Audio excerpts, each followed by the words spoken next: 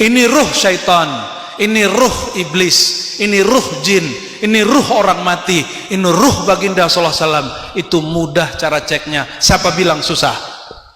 Yang bilang susah nggak ngaji tasawuf. Untuk apa kita ngaji kitab tasawuf selama itu punya mursyid sebanyak itu kalau nggak tahu juga caranya? Apa tugas kolbu? Tasdik, taslim. Tasdik mempercayai, taslim menerima.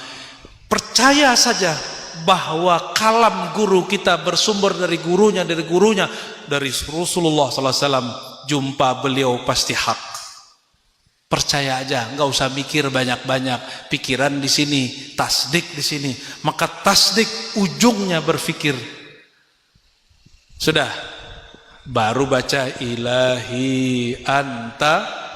Orang main baca-baca aja, kolbunya belum aktif. Kolbunya masih mati, kolbunya masih tidur. Sudah baca ilahi anta maksudi, ya Allah hanya engkau maksudku. Ini perhatikan. Saya dulu juga ngejek sufi, ngejek orang maulidan. Sekarang penikmat maulid. Kalau udah mahal qiyam seneng kita ya. Dulu masya Allah kalau ada mahal qiyam ngapain lah orang ini khurafat. Jadi hijab pertama yang harus dilewati hijab apa? Angan-angan. Maka rasakan guru di hadapan. Sudah. Sekarang hijab kedua, hijab nafs, ego, aku. Apa bahasa ego? Aku ingin jumpa. Aku wiridnya banyak. Masa nggak jumpa? Aku mursyidnya banyak, ingin dapat ijazah. Aku. Itu aku level yang parah itu. Agak rendah dikit Pak. Zikir disuruh sama kiai ini amalkan 1000 kali. Zikir apa? Sholawat Nurzati. Ya 1000 kali. Dimulailah karena patuh kepada romo kiai. Zikir Allahumma sholli ala sayyidina Muhammad Nurzati. Baru 20 lihat tasbih. Ya Allah, pegel ya Allah. Mulai kesemutan. Tubuh yang zahir mengatakan, ya Allah, aku capek. Ya Allah, mata mulai ngantuk nggak? Kalau zikiran, wiridan mulai ngantuk nggak? Ngantuk. Itu aku ego. Ini kalau bisa dilewati, baru tembus ke dalam kolbu. Dipastikan jumpa dengan yang tadi diniatkan. Ini perhatikan, niat bukan pada fikrah, niat bukan pada nafs, an-niyah fil qulub. Niyah itu di dalam kolbu. Maka jika disebut innamal a'malu binniyat, amal itu yang dipandang Allah apa yang diniatkan di kolbu, bukan yang dilafazkan di lisan. Maka ada wali sekali baca setara 1000 karena dia baca dengan kolbunya. Kita baca 1000 baru masuk ke hati. Ini contoh di thariqat lain seperti Sidi Ahmad Tijani. Dia bilang siapa yang baca sholawat A, kita nggak usah sebut, setara dengan baca sholawat dalail 70.000 kali. Ini omongan kan bahaya kalau kita nggak paham. Kalian baca dalail kata beliau, tapi hatinya nggak nyambung sama fikirannya, fikrahnya. Baca 70.000 juga nggak ada manfaatnya. Tapi baca sholawat al-fatih, kolbunya tidak lagi terganggu oleh hawa nafsu dan fikiran, sudah masuk ke dalam sirnya, barulah setara dengan 70.000. Terus gimana cara ngelawan nafs ini, ego ini? Nah, kembali ke hadis yang lama. Hadis ini dinukil Imam Ghazali meskipun hadisnya dhaif, tapi lil ibrah boleh dipakai. Falamma khalaqallahu nafs, tatkala Allah menciptakan namanya ego, nafs, keakuannya makhluk, maka si akunya makhluk, si nafsunya makhluk ini berdialog. Kalau di riwayat itu Allah yang berkalam, tapi di sir yang kita terima Itu ruh yang berkalam. Kata ruh kepada nafsu, wahai nafsu, menghadaplah kepadaku. Kata nafsu, man anta, kamu siapa? Suruh-suruh aku. Begitu enggak? Ada yang begitu enggak? Mohon maaf nih Bapak Ibu, kalau cangkirnya belum dikosongkan, bawa torikot lain, ijazah lain datang ke sini. Sedangkan Romo Kiai Huda torikotnya Sajili. Bapak Ibu mungkin TKN ke Naqsyabandiyah Khalidiyah, kayak Khalwatiyah, kayak Samaniyah. Kalau datang ke sini begini, bukan begini Pak. Nah kenapa? Karena masih cangkirnya ada isinya, belum dibuka, belum ditosongkan. Itu ego. Ego merasa sudah punya wirid. Apalagi sudah dapat ijazah dari seorang mursyid. Duduknya, dadanya membusung. Merasa dirinya sesuatu. Nah, ini yang tadi disinggung oleh beliau di awal. Ini juga mengganggu orang wiridan. Apalagi datang ke sini mau cek ini sunnah apa bid'ah, ini sunnah apa bid'ah.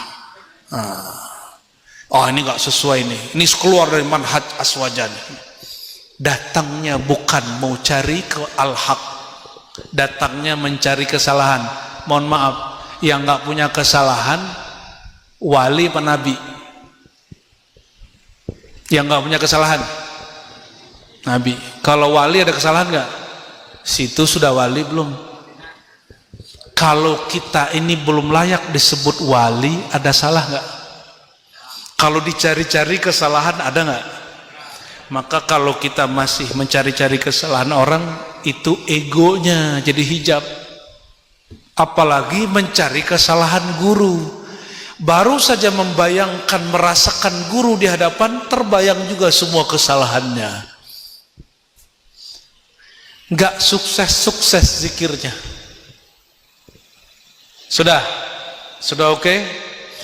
Maka ulama kita bagi nafs itu ada 7. Nah, ini pembahasan sudah banyak yang mengkaji nafs ammarah, nafs mulhamah, nafs mutmainnah, terus radiyah, mardiyah, insan kamil dan sebagainya. Saya nggak usah bahas itu. Sudah kita putus jalan cepat saja ya. Ya. Sekarang baru masuk ke dalam kolbu. Yang mati, Bapak Ibu, yang mati, kullu nafsin za'iqatul maut. Setiap nafs merasakan mati. Jadi yang mati siapa? Nafs. Kolbu mati enggak? Kolbu mati itu di saat orang masih hidup tapi dia menolak kebenaran, kolbunya mati.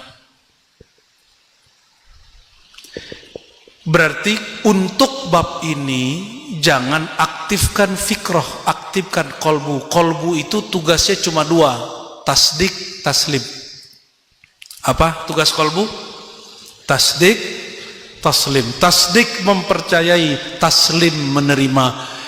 Percaya saja bahwa kalam guru kita bersumber dari gurunya, dari Rasulullah SAW. Jumpa beliau pasti hak. Percaya aja, nggak usah mikir banyak-banyak. Pikiran di sini, tasdik di sini. Maka tasdik ujungnya berpikir. Sudah, baru baca ilahi anta. Orang main baca-baca aja, kolbunya belum aktif, kolbunya masih mati, kolbunya masih tidur. Sudah baca ilahi anta maksudi, ya Allah, hanya engkau maksudku. Ini perhatiin. Ternyata berniat jumpa arwah-arwah juga nggak boleh. Tujuan kita hanya Allah. Berarti kalau ingin jumpa, perjumpaan itu hanya dengan satu niat. Niatnya memperkuat rasa bertuhan kepada Allah Subhanahu wa ta'ala. Kalamkan yang dikalamkan Sayyidina Ibrahim. Apa kata Allah ketika beliau meminta sesuatu, kaifa tuhyil mauta, bagaimana engkau menghidupkan yang mati? Dijawab oleh Allah tabaraka taala, awalam tu'min, apa kamu kurang percaya? Jawaban Sayyidina Ibrahim, liyatma'inna qalbi, hanya supaya menenangkan hatiku ya Allah. Jadi kalau berperang di hatinya, ya Allah, aku hanya bertujuan kepadamu, tapi aku rindu jumpa ruhaniah guruku, rindu jumpa kakekku, ibuku, ayahku. Terus gimana? Namun rindu ini ya Allah bukanlah tujuanku. Tujuanku hanya engkau. Namun supaya hatiku tenang ya Allah, kasih jualah ya Allah. Gitu pasti dikasih sama Allah. Masa nggak dikasih? Namun Allah kasih kapan Bapak Ibu? Kapan Allah kasih? Jika angan-angannya sudah habis. Ini syarat wajib.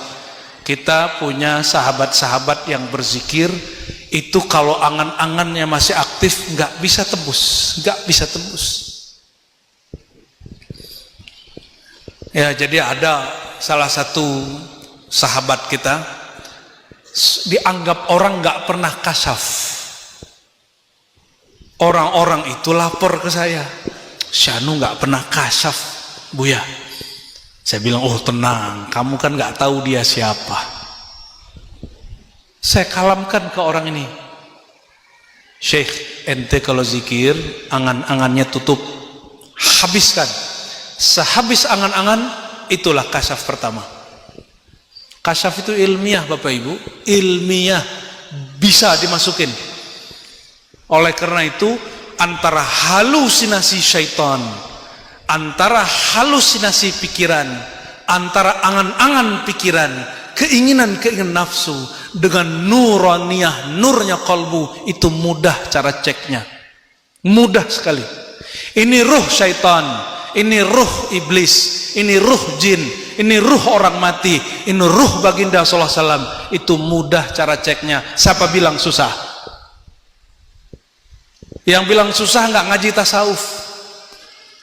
Untuk apa kita ngaji kitab tasawuf selama itu punya mursyid sebanyak itu, kalau nggak tahu juga caranya? Ah susah Ustaz, susah, ente pakai ini karena kurang tasdik. Maka ada torikot namanya, ini canda-candaan orang-orang ini Pak, torikot ngintil, tuh nggak? Torikot ngintil ya, udah apa kata guru ikut aja gitu. Kenapa? Mereka merasa gurunya di hadapan. Tapi kalau masih gimana caranya? Yang ngomong gimana siapa? Bagaimana caranya? Saya mau tanya, lebih mulia wali atau syahid? Gimana? Orang syahid belum tentu ma'rifat Pak. Cuma dia tasdik aja sama gurunya, bilang berjuang. Ini gurunya wali yang ngajarin ilmu untuk bisa syahid. Lebih mulia mana? Wali lah ini ajar.